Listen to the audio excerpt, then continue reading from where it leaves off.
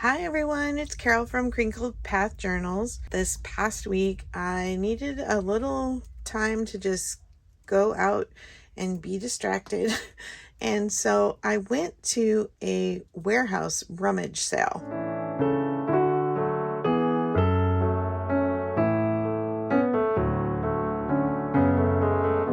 Actually found it because I was inquiring about something on Facebook Marketplace, and the woman started talking to me about, oh, well, these things are at my house, these things are at our warehouse. And so she was trying to have me go two different places to pick things up, and great amount of time between. And I was just having a really hard time connecting and getting her nailed down for a time. And so finally, she just told me to go to the warehouse. I made arrangements for my nephew to pick something up from her at her house when she was available. And I went to the warehouse, and it really truly was a rummage through things in the warehouse kind of sale. And the owner, partner, her husband, I'm not sure, met me there and just kind of opened the doors and was like, I'm going to be working around in the attic, and you just go have a dig and see what you can find, and then we'll settle up. And so I ended up getting a box of work baskets, which are little crafting magazines, and some of them are from the 50s and 60s, 70s, 80s, and even a few into the 90s. But I'm not going to flip through all of those. I think most of you have seen work baskets before, but if you have not, they're amazing for advertising, vintage photos, vintage illustrations, like drawings of models in clothes. They're little crafty catalogs, basically. And they were a monthly subscription. I also got a lot of 20 little rickrack trim packages, still mostly sealed, and I won't show those. Those are what my nephew had to go to her house to pick up for me, and he lives very close to where she is, and so he was willing to run over and grab those after she got home from work, which I appreciated so much. And then here's what I got in the rummaging that I will show you. First, I got this third reader, and it's from New York City, and the inscription says 1917, and we're going to have to go by that because it's missing its very first little signature.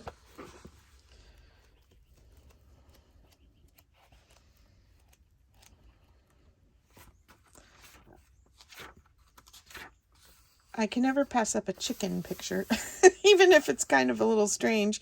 This chicken looks like an egg's been cracked over her head.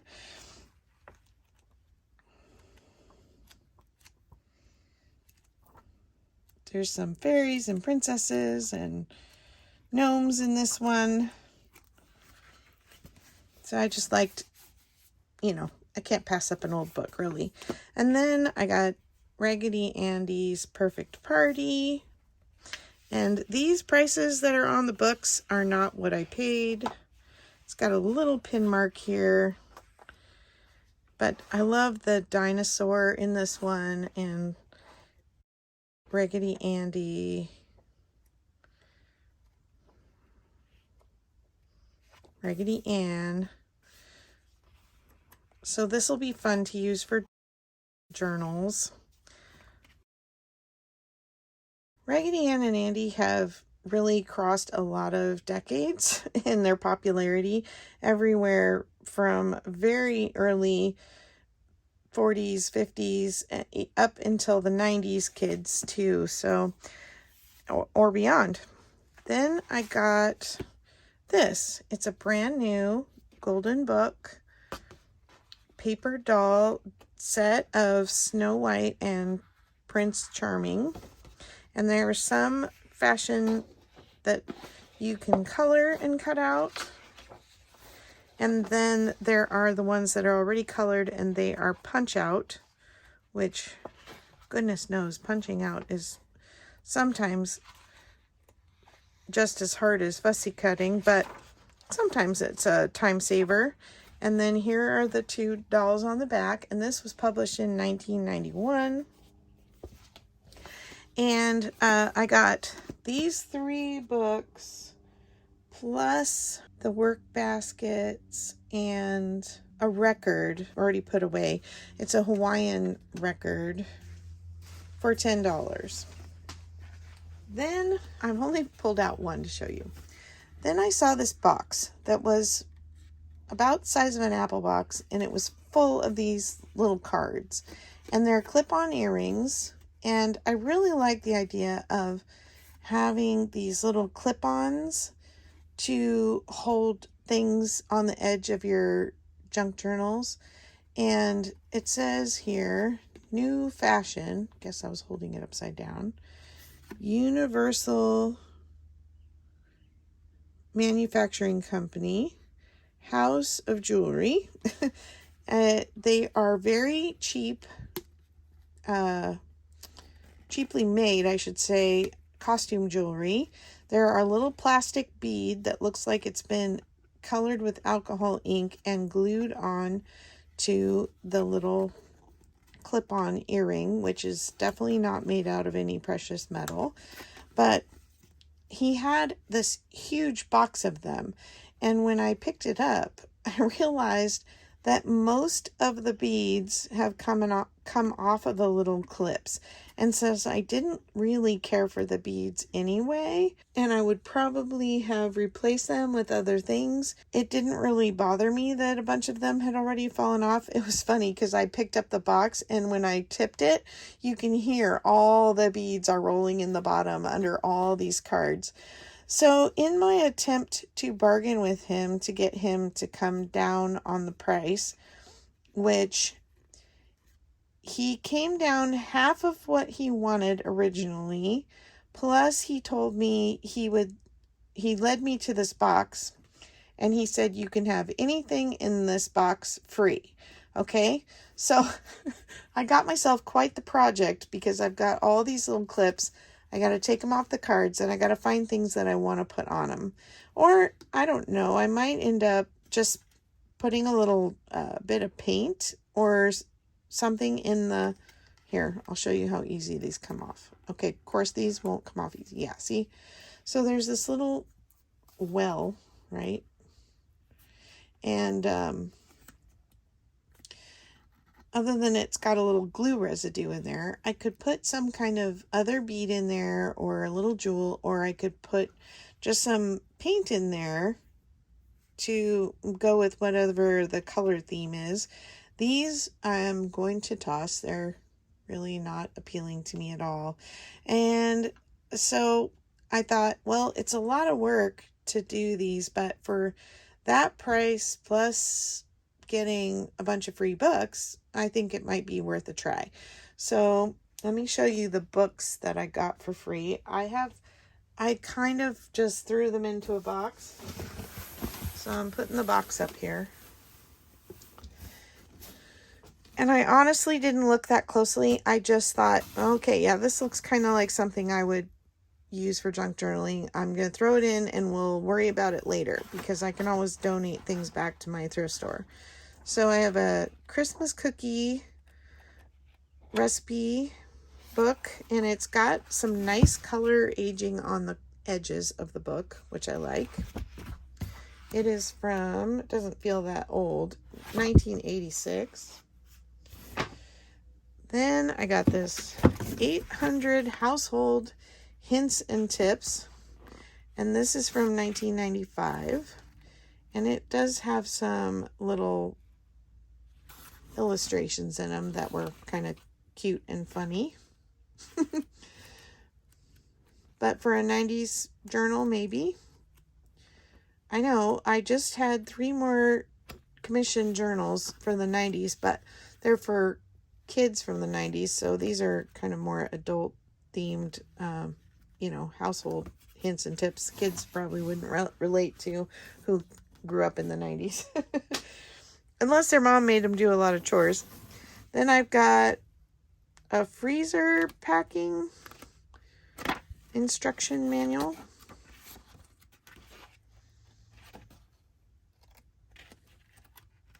Let's see when this one is from. I don't see a date. 1961. Then I got 2 of these Canadian cuisine native foods, and I liked the illustrations in this. They're very 70s looking, if I were to guess.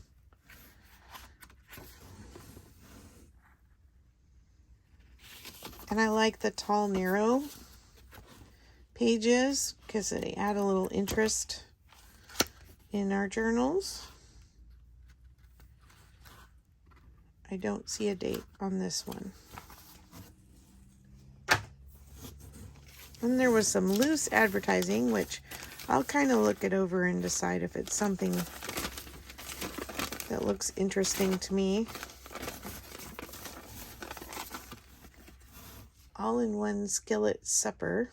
This looks like it came off of a package. Let's see, maybe a margarine package since it's the first ingredient up there. Then I got this Carousel of Cooking cookbook.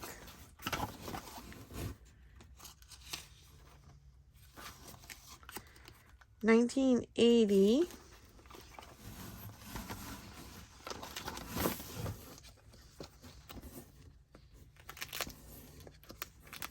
I mostly liked the cover and the tabs on this one. And then the funny little hand-drawn illustrations are also cute.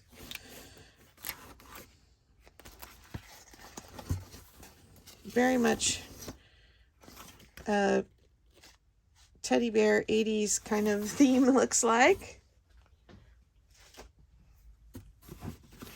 Then I got this little May of 1967 Italian recipe cookbook with photos and advertisements. I love these old coupons. Mott's applesauce, chunky apples and cherries.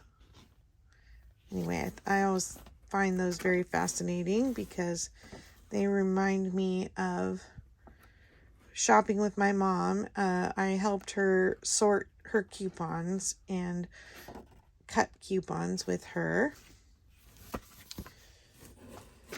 Then we have our Pillsbury Fresh Fruit and Vegetable Cookbook, 1983.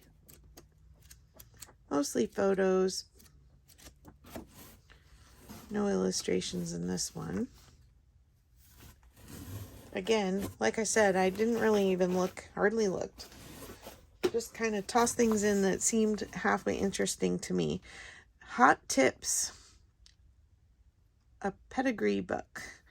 1,000 Fashion Beauty Tricks from 1981. And this had a lot of fashion drawings in it, which is what appealed to me most. And I'm working now in my 80s journal, and so how fun to be able to maybe incorporate some of these into collage or onto my pages. Very scribbly looking, interesting drawings.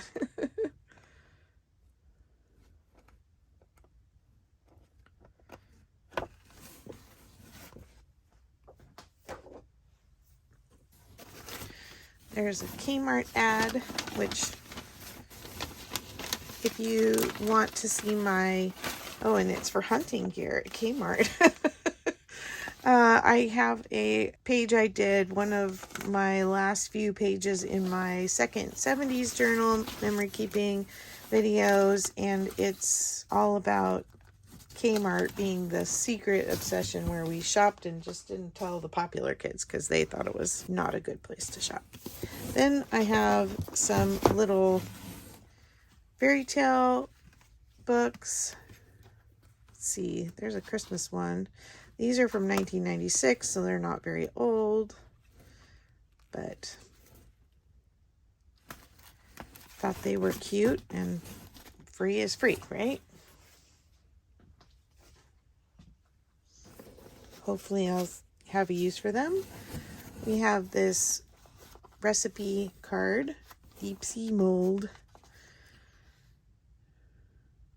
gelatin, sour cream, salad dressing, dill, minced onion, Tabasco, shrimp, celery, green pepper, pimentos.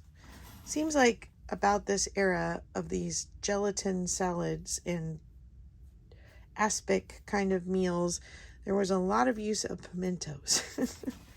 Then I have a baked potato, sour cream, I should say, recipe book from the Milk Advisory Board, 1974. There's a crock pot. Some magazine recipe clippings. Another piece of newspaper.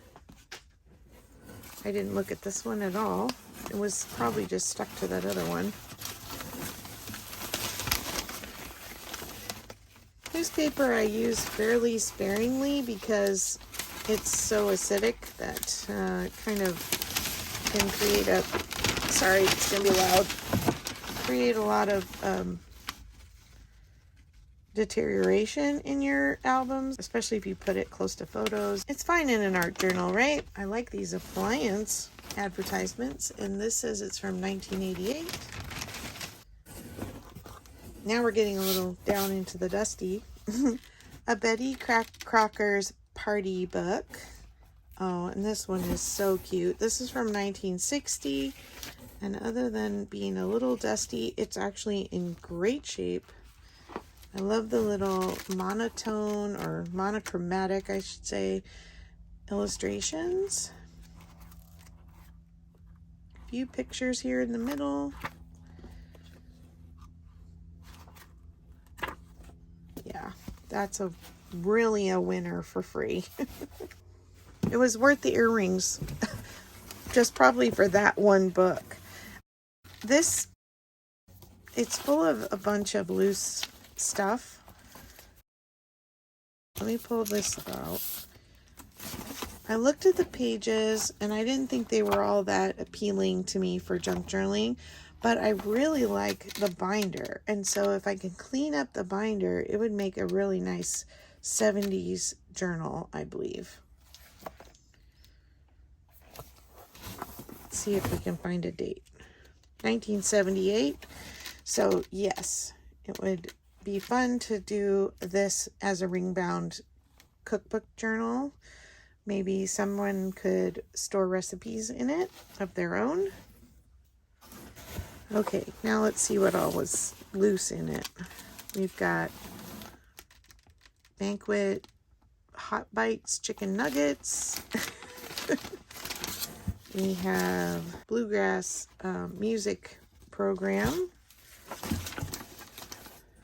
Some handwritten and typed recipes with handwriting on the back.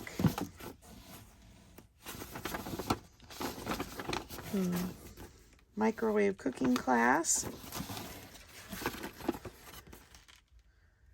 Oh, how to submit a free ad for the Good Neighbor supermarket.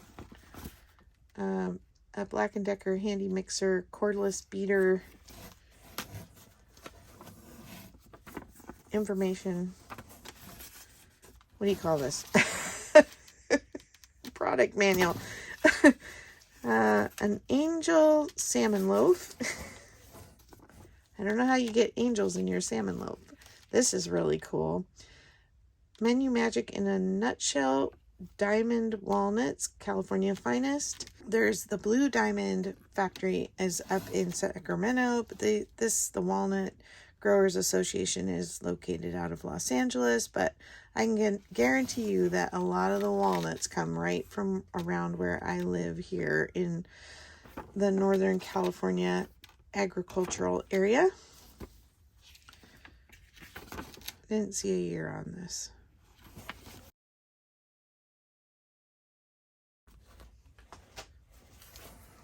Another Bluegrass Festival pamphlet. Beth's Food sandwich spread. Oh, A deli. Oh, it's a phone. They're phones. Looks like a candy store, but they're phones. Handwritten recipe. Another recipe card. Cocktail sauce. Ad for a waterbed. Oh my gosh. I need to do a page about my sister's waterbed in my 80s journal.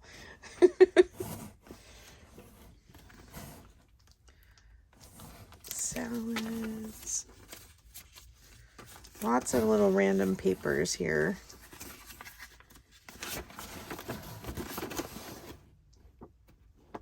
Answer agency, some dates.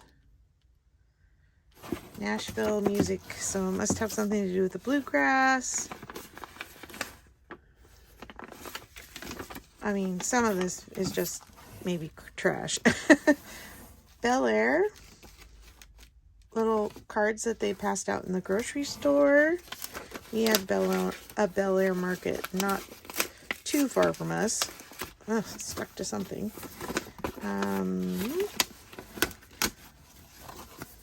Something good and sticky in here. Like something spilled in the... Gonna have to pull those apart carefully. Dairy recipes. This is on some really nice parchment. And I got the IOU book, 30 fill-in certificates. Let me look at the date for this one. This is a Scholastic book. Something you would buy for your parents, maybe, for a gift. 1987. Oh, you could make your own. Okay. You filled in what you wanted to give them, and then they could claim it at any time. Okay, here's another recipe book. Isn't this adorable? Funny little pig on there. Squirting his mustard or whatever, mayo, I guess, because it's white. And this one is just loaded too. I won't go through every single one of these things. It's got some vintage recipe cards. This meals without meat, another vegetarian cookbook. That looks like maybe the 50s. Slide this out.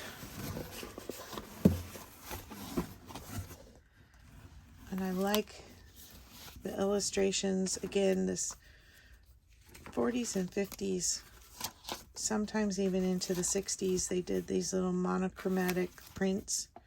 And then it has the envelopes where you would put your recipes in. This is kind of adorable just as it is. All right, I completely believe that getting these things free the free things were worth 4 times what I paid for the earrings. Sometimes you just win. It's just other people, don't see the value in some things and overestimate for other things, and sometimes that is to our advantage. Mock raviolis, tacos, another mixer product manual. Oh, look how cute. 1952. Look at this little homemaker. Okay, I'm trying to speed this up. There's so many things. More recipes. A crock pot manual. I don't see a year on this yet.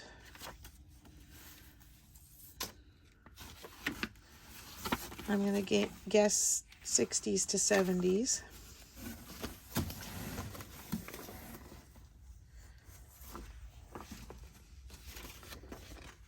Some loose pages again. Meat for Thrifty Meals, a U.S. Department of Agriculture pamphlet. Are you shocked and amazed? I'm shocked and amazed by what I got. 1953. I mean, the pictures aren't terribly appealing, but cover is adorable. The McNall Christmas Cookbook. Ooh, look at this. It's like on watercolor paper, almost looking. Textured paper. And then the little, I don't know if it's showing, but the little prints are red and green. Those are going to be awesome in a Christmas journal. Bread making made easy. Look, you can wear your Sunday best to make your bread. Oh, I guess she's done making it there.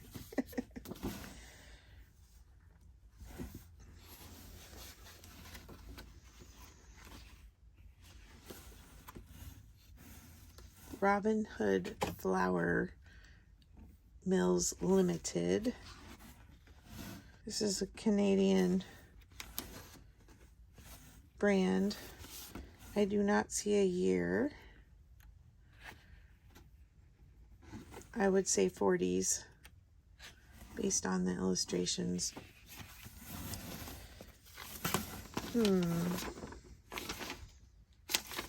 Fredericks of Hollywood ad. Anybody need that for a journal? I'll send it to you. Salad dressings. Okay.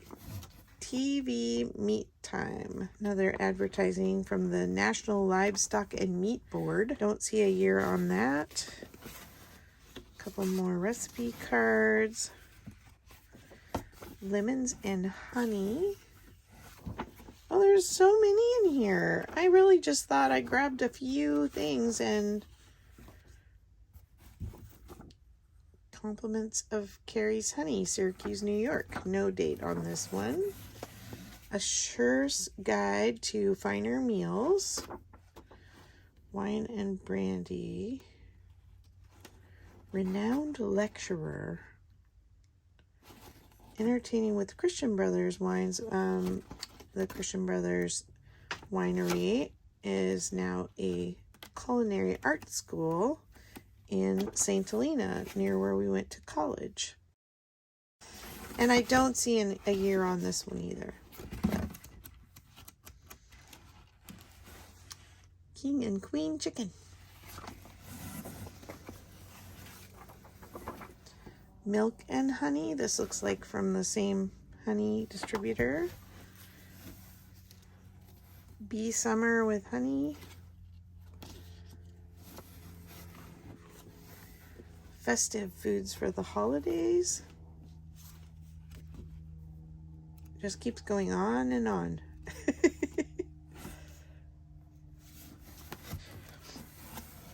A little recipe wallet. That's cool. Butter Cookie Cookbook from Pillsbury.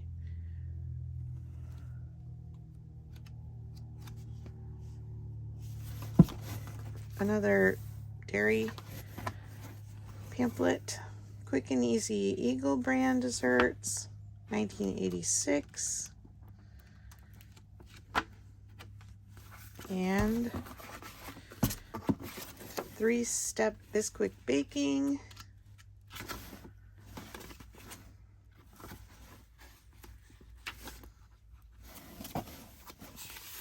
And a few other random pieces.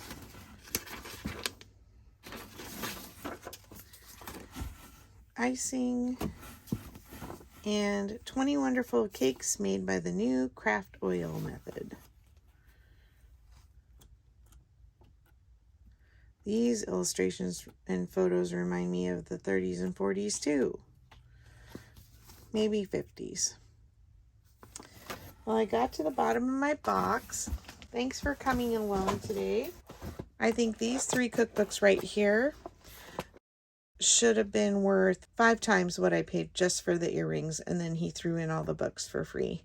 So even if I get frustrated with the earrings and want to throw them all in the trash, I more than got my money's worth. And I love that that was such a pleasant surprise, because honestly, I hadn't looked in that box since I just kind of grabbed things and tossed it in. So thanks for coming along for my good fortune today, and I hope you'll come back for another video. Take care. Bye-bye.